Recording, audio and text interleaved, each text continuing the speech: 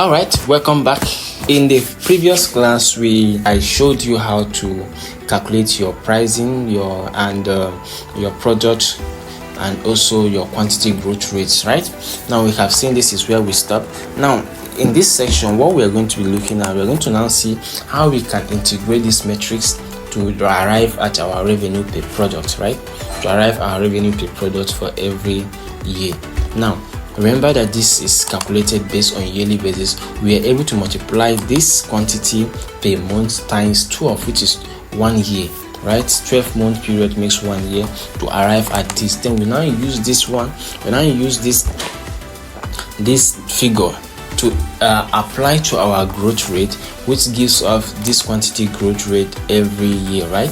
So in this section, what we're going to be doing, we're going to now see how we can apply this to arrive at our revenue per year. So it's very simple. This place is not difficult because we have already done the most difficult part. What you're going to do is you're going to say, okay, what is your pricing? We have this multiply by the quantity. That is all. We have already done everything. This multiply by the quantity. You can see this is our revenue for the year. You can format this. You can format this to be our calculations. This is our revenue for the year. You can just copy this down. You can see it's coming down. I also copy this down. It's coming down. So the same thing, you can do the same thing here. What I did is I did Ctrl D, came down, this,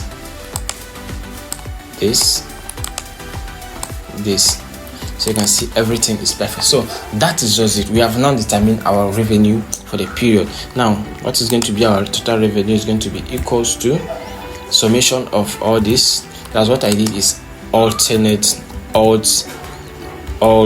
equals to, you press both of them at once, alt equals to give you summation. That's the shortcut for summation. If you're a financial analyst, you have to be familiar with all these shortcuts because it's actually part of your interview as time goes on. So this is it. Once you do your Control R, okay, we need to expand these cells again. This is alt HO W, so we want to make it, let's say 15. All right, so we have it like this. You can see this is what we have. Now let's check. Now the same thing you're going to do with this. You're going to do the same thing to your cost. So what I did, I just copied and pasted, but it's not going to give me the same thing because we're not taking reference from the same place, right? So see what happens. It's taking reference from the revenue, which is very, very wrong. Why I did that? I did that because I just want to copy the formatting. So you're going to say this multiply by this. So once you're able to do that, you can say, okay, you can click and drag. Yeah, this is supposed to be the total. This is supposed to be the total equals to this.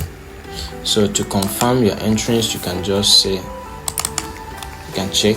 This is the last one. You can see. So you can see that everything is correct. So once you're done with that, you click and drag forward. Right, so this is your total sales.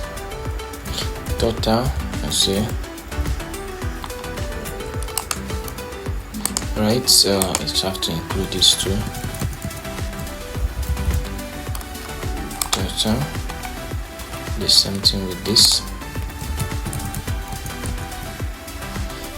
Total. Okay. Have your total. So we have now calculated our revenue. We have now seen how to calculate our revenue. It's actually very simple because we have done the most part of it.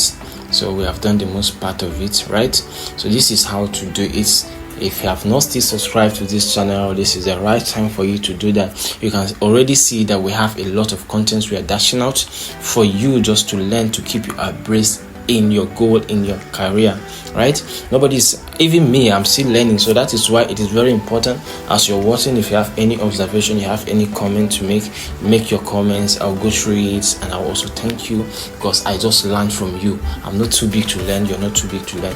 We are all learning from each other. Please do me well by commenting. If you like this video, do me well by commenting. Yes, the video is good, yes, the video is good, but this is where you need to improve. This is how you need to improve. This is how to do this, in case I'm not doing it right, okay? But just to encourage me, please kindly subscribe to this YouTube channel. Thank you very much. When we come back in the next section, we are going to now look at how to calculate our SG and A.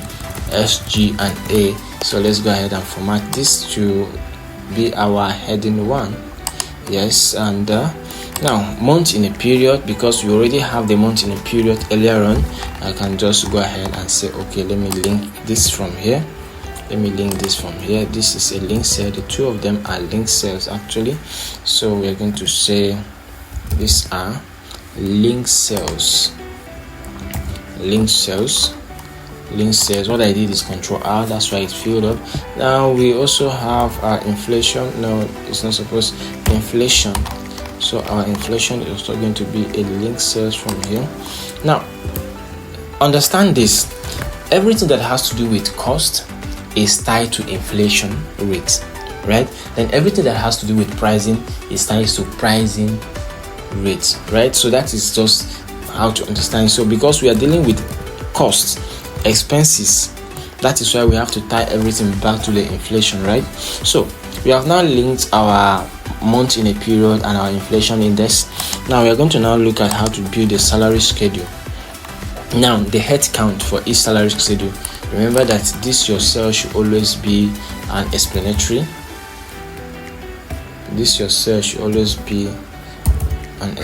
Cell. The font should be explanatory, okay, because we want to remain consistent. Now the head count, you're going to bring the head count. Now we have the HR is going to be this. Now our head count is going to be linked to, let's say we're going to go back to our inputs. Click this link. So consistency already exists there. I can just click and drag, then you apply the formatting. You can say linked. See, you can say link. So I can also copy this. And paste across. And paste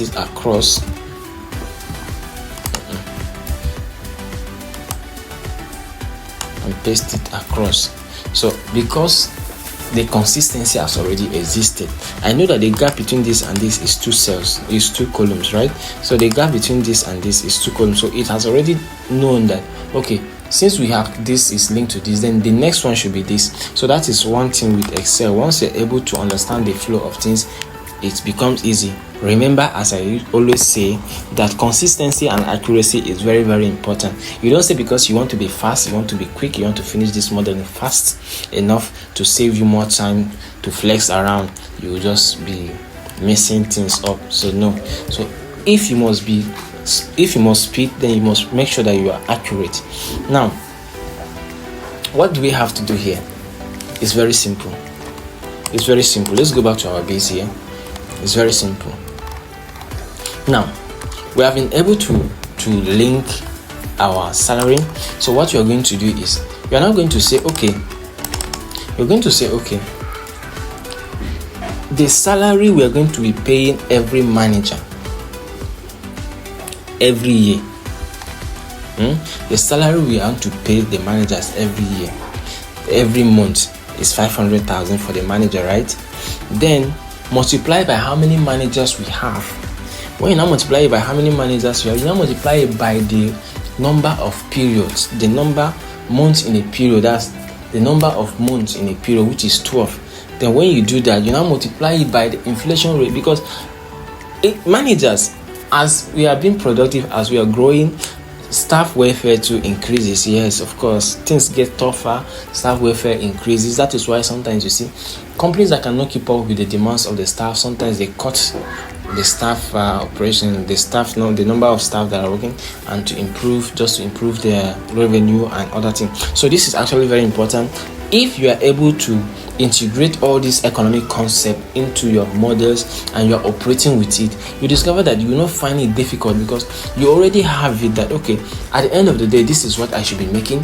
At the end of the day, this is what I should be spending. So you already have this mentality on you. You already have the idea that things may get better or things may get worse. So if things get worse, this is how we want to operate. So that is what we are going to be doing. So when we come back here, when we come back to our model here, now say, okay, equals to, open bracket, how much do you want to pay the managers? You want to pay managers 500, right? Then you multiply it by the number of managers we have, the head count, the number of managers we have, then multiply by how many months in a year. We have 12 months. That's why we have the month in a period here. So when you do that, you close the bracket. When you close the bracket, now say, okay, multiply by the inflation index. And remember, the inflation index is gotten from the inflation rate, right? Multiply by the inflation index. You close it. So you can see this is what we have. This is what we're going to be paying our managers every year. So because we have this consistency here, now what are we going to do? Something is peculiar here. Now what is peculiar? We know that the inflation index is not going to change. The row is not going to change, and the month in a period is not going to change. What are we going to do? So what we are going to do is we come to our month in a period and we lock the row aspect of it, the row. When you lock the row, you also come to your inflation index, you lock the row. That's relative references. That's what we're doing. We're not doing absolute. So when you now drag it down, when you drag it down, you can see it's taking reference from everywhere. It's now taking reference from everywhere. So everything is perfect. So you can see everything is okay. Now you can now click and drag forward. So this is what you're going to be paying your managers and your staffs every year. So what you're going to do next, we're going to now calculate. That's what I did is sum, or equals to is the sum. Now or equals to is sum, so it has summed up everything here. So is the total, this is the total row, the total column, I mean, so sorry, page here, we have the total. You can see we have the total here. Now this is calculation.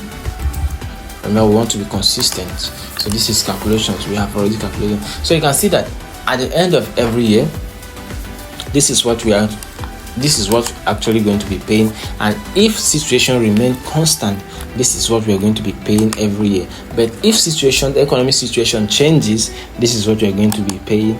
And if it continues changing, this is what we are going to be paying. You can see how the matrix is applying. So this is why building a model gives you a general business idea how the business is going to be operating in the long run. Now we are going to also go to the operational cost, right? So operational cost, you now format it, the header. This is supposed to be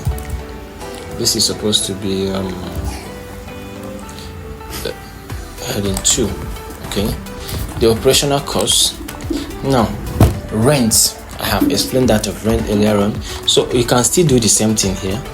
I can say, okay, let me copy this, let me paste it across here. Okay, something is wrong somewhere. Maybe the gaps there are not that much. The gap there are not that much. You can see the gap here is only 2, so you can just go ahead and come back. So the most important thing is that our cell style has been applied. but you must always check and confirm that what you are doing is right. So okay, you can see consistency. So you go ahead and do the same thing here. Consistency is important. Imagine if we have not formatted all these things to be like this. That means you're going to be repeating it one by one, and it's going to be very, very difficult. So now remember, this is what we agreed that we assume we are going to be paying every month, right? Don't forget, the same concept that applies here applies to that. The only difference here now is that there is no head count. The only difference here now is that there is no head count. So what we are going to do here is we are going to say, okay, copy this and paste here. What is important to me right now is the formatting, not the calculation, because I can always start afresh. So what you're going to do right now is, now see it, the only difference, like I told you, the only difference is the head count. There's no head count under that, but every other concepts remain constant. So let's go back. So instead of that, I can choose to copy anyone here and paste. So once I do that, and I'll say okay, remove this.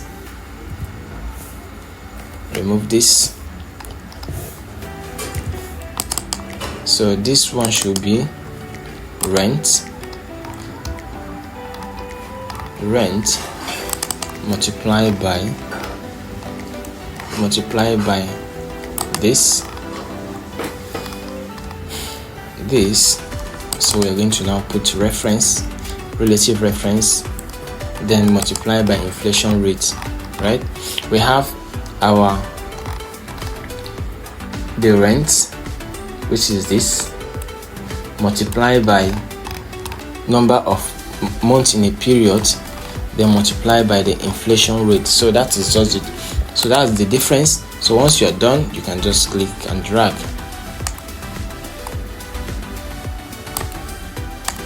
You can see this is what we are going to be paying as rent, as utility, and the total operating cost is going to be alt equals to this.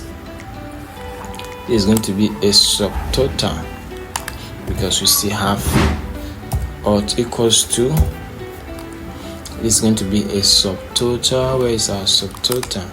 Right, so we have this.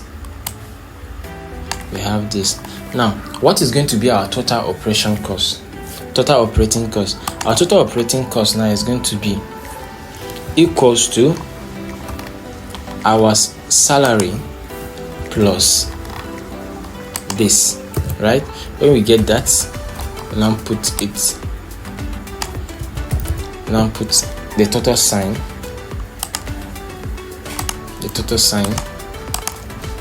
and that, so we have this.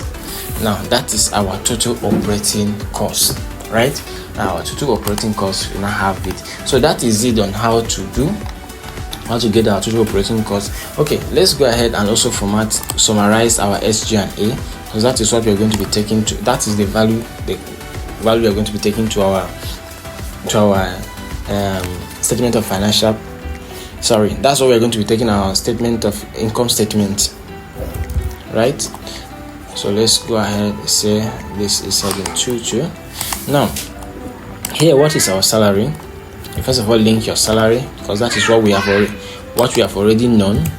Our salary is this, then our operating expenses is this.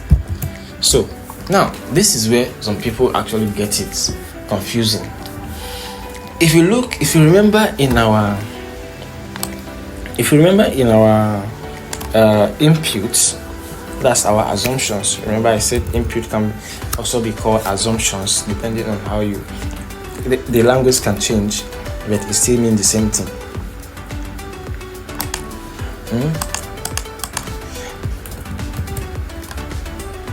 Some of this. Now, what is our input? What is our pre-operational cost? What is our pre-operational cost? Now, let's come back to our use of fund. if you look at our use of fund, we have pre-operational cost, right? But yes, we can decide to include that as pre-operational cost. But remember that we are concerned about what we are spending when we started, even before we start earning. So what does that mean? So our pre-operational cost now here is awareness. So the marketing and PR is our pre-operational cost. You know why? So our pre-operational cost is going to be everything we spend. Our pre-operational cost is going to be everything we spend even before we started operation. So it's going to be now equals to summation of this, everything we spend. That's the business registration, business license, professional fee, research and everything, comma, then our awareness, which is marketing, then close brackets, enter. So that is our operational cost. This is very, very important. Some people actually miss this part, right? Actually miss this part very well. So this is our operational cost, pre-operational cost. That's what we spend even before we started operation. That is what we spend. So in this case, now this is our total SG&A for the period. So when you can now highlight and fill it in. So because our pre-operational cost only operates at the initial stage, that is why we have the whole of this as zeros, but here we have something to write home about, right? We have values. So that is it on how to calculate we are able to calculate our revenue. We are able to calculate our yes, I don't know, where did we start? Wherever we have started, no problem then. We are able to calculate our revenue. We are able to calculate our revenue and our cost, and also we are able to determine our salary and also our operating costs. Then we now summarize our SG&A, because this is the value we are actually going to be taking into account. We are going to be taking this value as it is, the summary as it is in our income statement. We don't want to present, imagine when you present all these informations in your income statement, it will be very, very boring and it will be very confusing to people who are not financially wise, and to you that is building the model, it's a sign that you don't actually know what you're doing. So when we come back in the next section, we are going to see how to calculate our working capital, operating working capital, right? So that's what we're going to be doing when we return. So stick around and see you in the next class. But remember, you have to subscribe. If you must see the next video, you must subscribe, like, share and comment. Give your advice. It must not be necessary. You can tell us, okay, hey, do this thing like this, it will be better. We actually take your recommendations and we are going to apply it. And if it suits the kind of thing we are doing, we apply it and we present it to you and we thank you, we even acknowledge you. And if you have any model you want us to build for you, want us to do class for you, or you are kind of confused, you can just present it and we're going to give you a shout out for bringing that to our notice. All right, so see you in the next section, and please make sure you subscribe.